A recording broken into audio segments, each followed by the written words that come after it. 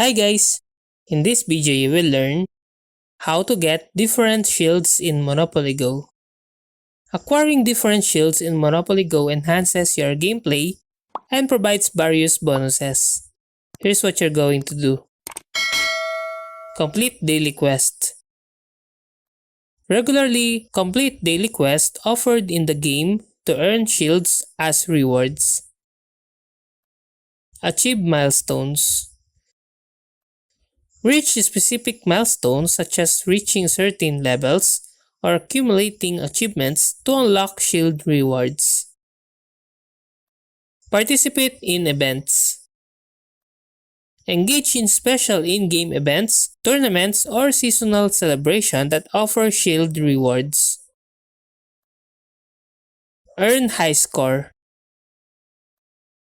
Achieve high scores in minigames or challenges within the Monopoly Go to unlock shield skins. Collect property sets.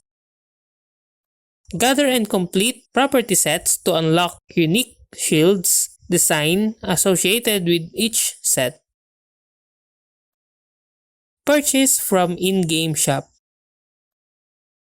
Buy shields directly from the in-game shop using coins, gems, or other virtual currencies.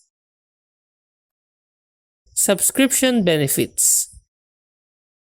Subscribe to premium membership or loyalty programs that offer periodic shield rewards. Gift exchange.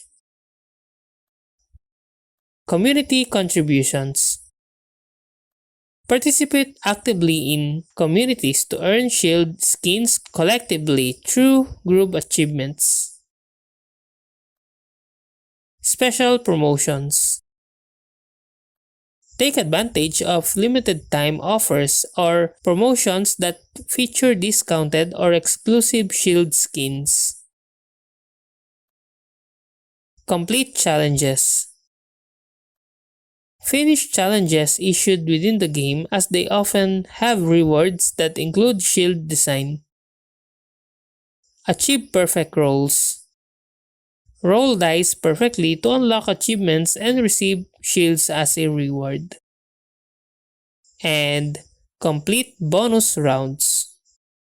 Finish bonus rounds or special minigames that offer shield skin as reward. And that's how to get different shields in Monopoly Go. If you like this video, please click the like and subscribe and ring the bell icon to notify you to our next video. Thank you for watching.